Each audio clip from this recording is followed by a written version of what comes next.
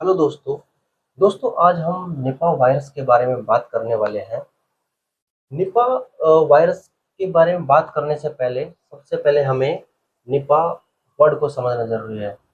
Actual में Nipah word Malaysia के एक गांव सुंगई निपा, यहीं से ही इस वायरस का नाम पड़ा है।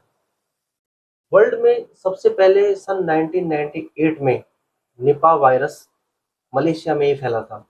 इस वायरस की कांटेक्ट में आने से कम 265 लोग इस वायरस के कांटेक्ट में आ गए थे और जिसमें 100 लोगों की मौत हो गई थी।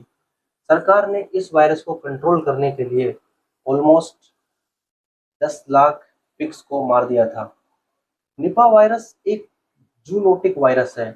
जूनोटिक का मीनिंग यदि मैं आपको बता दूं तो जूनोटिक वह वायरस होता है जो जानवरों से इंसानों में और इंसानों से जानवरों में फैलता है। दोस्तों, यदि हम इसके आउटब्रेक की बात करें, यानी कि यह वायरस कहाँ फैला था और अभी कहाँ फैला हुआ है।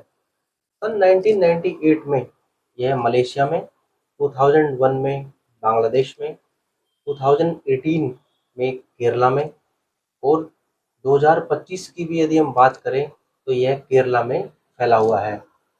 इंडिया टुडे के आंकड़ों के अनुसार यह वायरस इस वायरस की कांटेक्ट में 675 लोग आए हैं और इस वायरस की वजह से 2 लोगों की मौत भी हुई है। एक पलक्कड़ में और दूसरा मलप्पुरम डिस्ट्रिक्ट में। दोस्तों, अब हम बात करते हैं इस वायरस का ट्रांसमिशन क्या है, इसका स्प्रेडिंग क्या है, यानी कि यह कैसे फैलता है। ये virus animal to human, human to human and environment to human में फैलता है। यह वायरस पिग्स, फ्रूट बैट्स से और इन्फेक्टेड पेशेंट्स यानी कि संक्रमित व्यक्तियों से और कॉन्टामिनेटेड फूड्स एंड फ्रूट्स यानी कि जो दूषित भोजन और फलों से भी यह वायरस फैलता है। दोस्तों, अब हम इस वायरस के सिम्टम्स यानी कि इसके लक्षणों की बात करते हैं।